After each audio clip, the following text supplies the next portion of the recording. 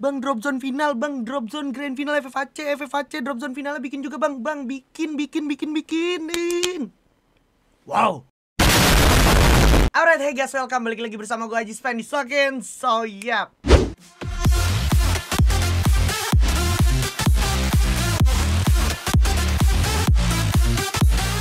Di kesempatan kali ini akhirnya gue berkesempatan lagi nih ya, membuat konten yang udah kalian tunggu-tunggu, yang udah kalian nanti-nanti. Kemarin udah pada heboh banget nih ya kan. By the way, sebelum kita bahas nih kontennya, sebelum kita masuk ke dalam inti kontennya, gue mau ngucapin congratulations, selamat untuk Siren GPX atau GPX ya, yang berhasil lolos ke babak fase grand final nanti di FFHC kita gitu ya. Dimana mainnya kapan?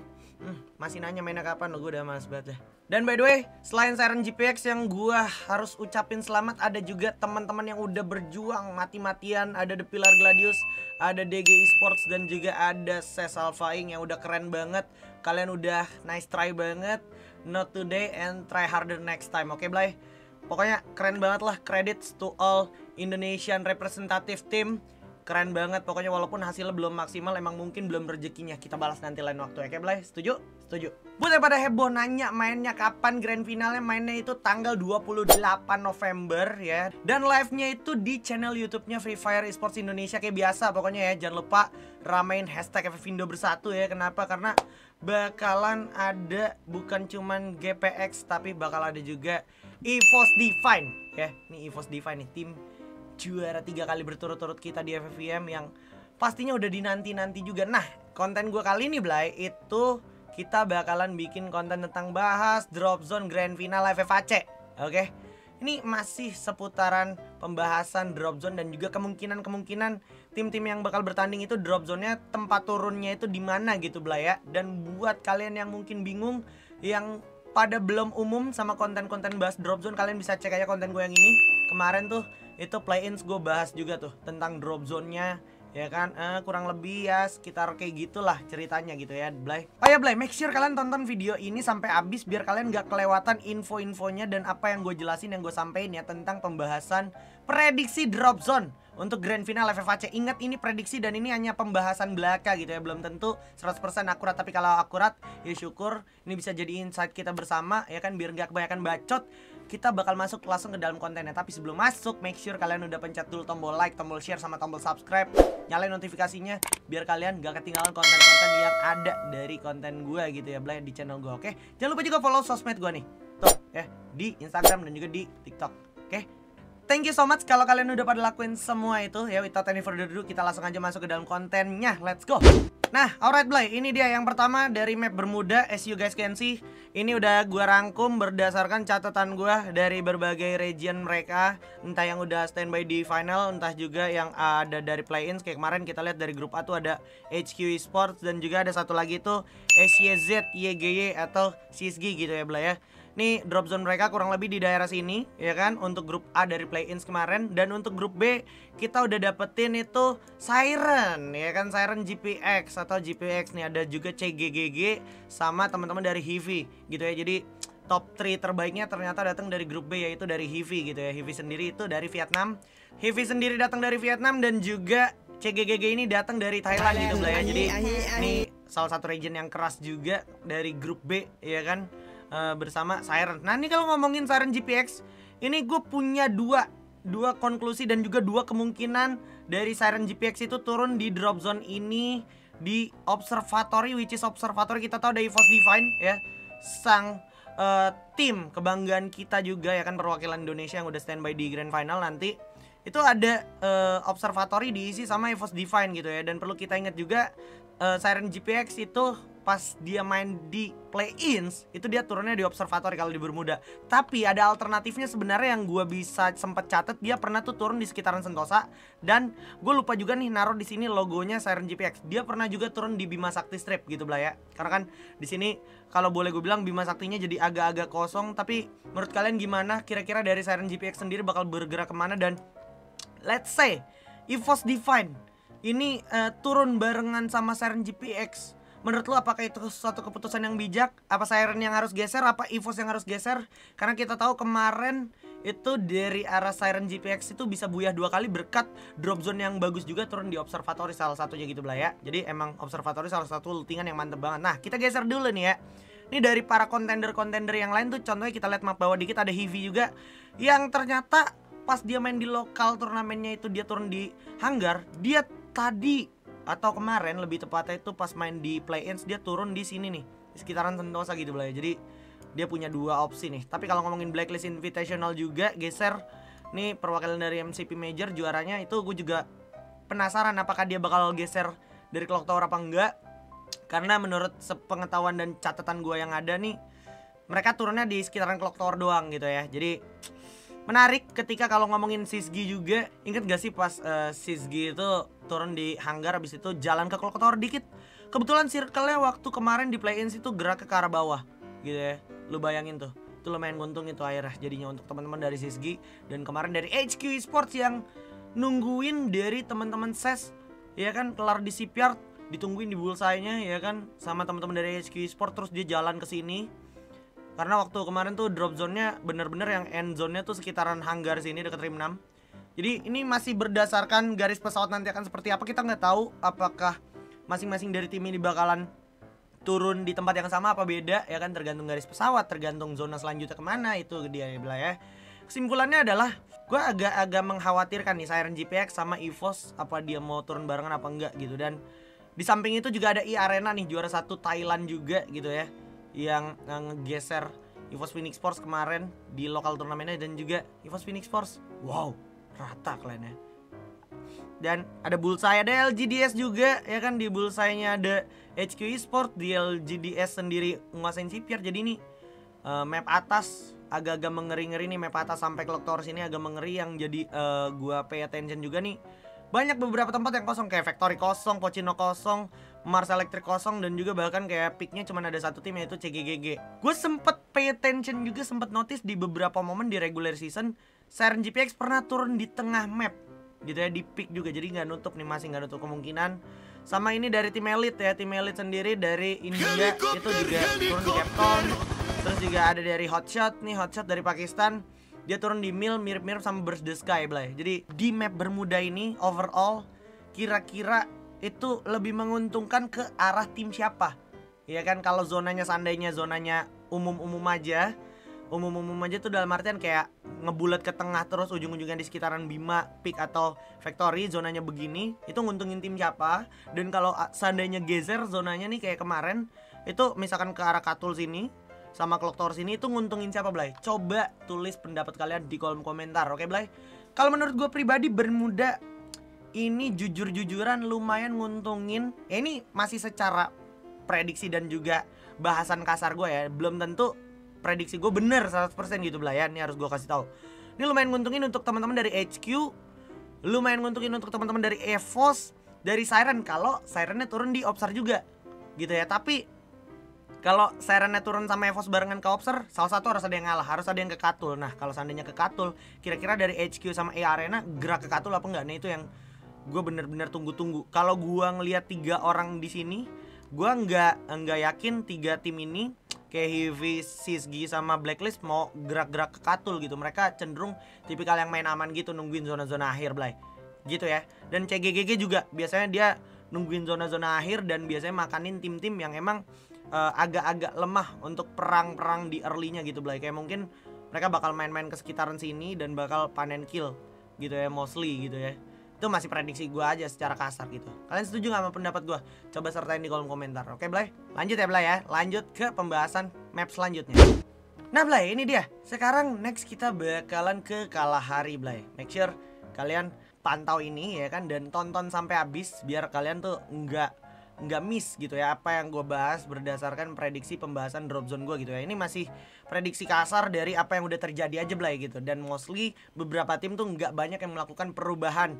Contohnya nggak banyak melakukan perubahan itu adalah tim Heavy. Yang gue pantau di play-ins kemarin itu dia nggak ngapa-ngapain, cuman kayak turun di Stone Ridge aja gitu, ikutin alur yang ada, apapun jalur pesawatnya, apapun garis pesawatnya Blay. Oke, Heavy. Terus juga CGGG ke Shrines juga. Perlu diingat nih Blay ya, nih CGGG pas kemarin main di play-ins turunnya di Shrines juga. Dan perlu kita tahu EVOS Divine itu turun juga di Shrines. Dan yang perlu kita perhatikan setelah kemarin play-ins grup A sama grup B, yang bisa gue tarik kesimpulannya adalah ketika waktunya nabrak, waktunya punya drop zone barengan, turun barengan, perang early itu diterapin sama siapa? Sama tim kayak model Ses Alpha yang kemarin, yang sama KOG kemarin. Ingat gak kejadiannya? Coba kalau ada yang inget komen di kolom komentar berapa skornya di mil. Ya, dan ini juga harus kita simak nih, ada lagi nih geser sedikit ke arah kanan. Ada Council Hall, ada Hotshot dan juga tim Elite. Mereka juga drop zone-nya bareng, Blay. Jadi gue jujur agak-agak penasaran siapa yang bakal menang. Apalagi ini nih ya kan, ngeri banget nih Shrines nih ya kan, yang lootingannya terbatas, lumayan terbatas. Tapi kalau didatengin oleh lebih dari satu tim, bakal jadi 2 tim. Perang early-nya bakal gimana, Blay? Menurut lo EVOS Divine ini perwakilan Indonesia bisa nggak ngelawan CGGG? Tulis pendapat kalian di kolom komentar. Karena menurut gue lumayan pede dengan atribut skill yang dimiliki sama EVOS Divine. Terlebih Kenzo juga kita tahu, walaupun Kenzo harus gantiin Abu. Dan sekali lagi kita harus doain yang terbaik juga, semoga Abu lekas pulih untuk kedepannya supaya dia bisa ikutan lagi gitu kan di inti roster EVOS. Tapi tetap kita harus support Abu, Bang Ipul, Regi sama Street, apapun itu, dan juga teman-teman yang lain dari Indonesia biar tetap semangat gitu ya, Blaya. Ini gue percaya nih EVOS bisa gitu ya di Shrines, ya kan. Kalau kalian setuju sama gue, komen di bawah. Kalau kalian gak setuju, punya pendapat lain, komen juga di bawah. Nah, yang gue tangkep lagi nih dari berdasarkan catatan gue di beberapa kesempatan beberapa tim ini yang udah main gitu ya, kayak LGDS, Blacklist, Arena dan juga Siren GPX itu punya drop zone yang sama, yaitu di Bayfront lah ya, di Bayfront. Oke, nih gue jujur agak ketar-ketir. Kenapa? Karena Bayfront kalau diisi sama 4 tim tuh sebenarnya lootingannya kurang banget, Blay. Tapi gue yakin di beberapa case kalau lagi numpuk gini, ada beberapa tim yang ngalah dan lebih milih untuk ngisi drop zone lain yang masih kosong, mungkin kayak contohnya Santa Catarina. Gue pernah nyatet juga Siren GPX tuh itu sempet yang namanya lootingnya tuh drop zone awalnya di Command Post. Terus juga pernah mereka ke Santa Catarina juga, bahkan mereka pernah turun di Refinery juga. Dan Siren GPX tuh pernah turun yang di sekitaran Foundation juga. Hal yang sama juga terjadi sama LGDS. LGDS asal Taiwan ini juga pernah turun di Refinery dan juga pernah turun di Foundation. Jadi kemungkinan tersebut masih ada. Balik lagi berdasarkan mereka keputusannya nanti hari H seperti apa, kita nggak tahu, Blay. Karena kita bukan bisa dibilang peramal atau kita punya kunci jawaban. Enggak, ini masih mengawang-awang aja, kita brainstorming bareng gitu. Kira-kira ya kurang lebih seperti ini gitu, Blay. Dan salah satu yang gue cukup khawatirin adalah nih HQ Esports juga yang diem-diem gak akan notice tapi tiba-tiba natakin orang banyak. Itu terjadi kemarin di play-ins grup A ya. Nih HQ Esports punya drop zone di The Maze. Terus juga Sisgi juga sama nih di sekitaran The Sub sama Memot. Dia agak-agak lincah juga untuk natak-natakin kemarin, karena di grup A itu play-ins lumayan banyak juga yang lewat sini gitu kan. Jadi mereka bisa dapat makan gitu. Nah tapi kalau let's say ini HQ Esports turun di The Maze, Foundation terus juga ada Burst the Sky, ini gimana gitu? Apa bakal jadi tabrak menabrak third party apa gimana? Gue juga nggak tahu, Blay. Apa harus ada yang ngalah ke Oldhampton? Karena kalau ngomongin Oldhampton juga sempet gue inget EVOS pernah juga turun di Oldhampton. Nah tapi Burst the Sky juga gue inget sempet pernah turun di Oldhampton, Blay. Jadi ini wah mind blowing banget jujur. Kalah hari yang nggak paling gue notice tuh justru Heavy nih. Heavy yang kayak gue lihat-lihat nggak ada potensi tim lain yang bakal turun ke Stone Ridge juga. Cuman balik lagi gue bisa salah, Blay ya. Menurut kalian sendiri overall dari drop zone yang ada, drop zone mana yang paling aman di Kalahari kalau seandainya pesawatnya lurus-lurus aja ngebagi 2 pulau? Coba sertakan pendapat kalian juga. Menurut kalian itu tim mana yang bakalan aman?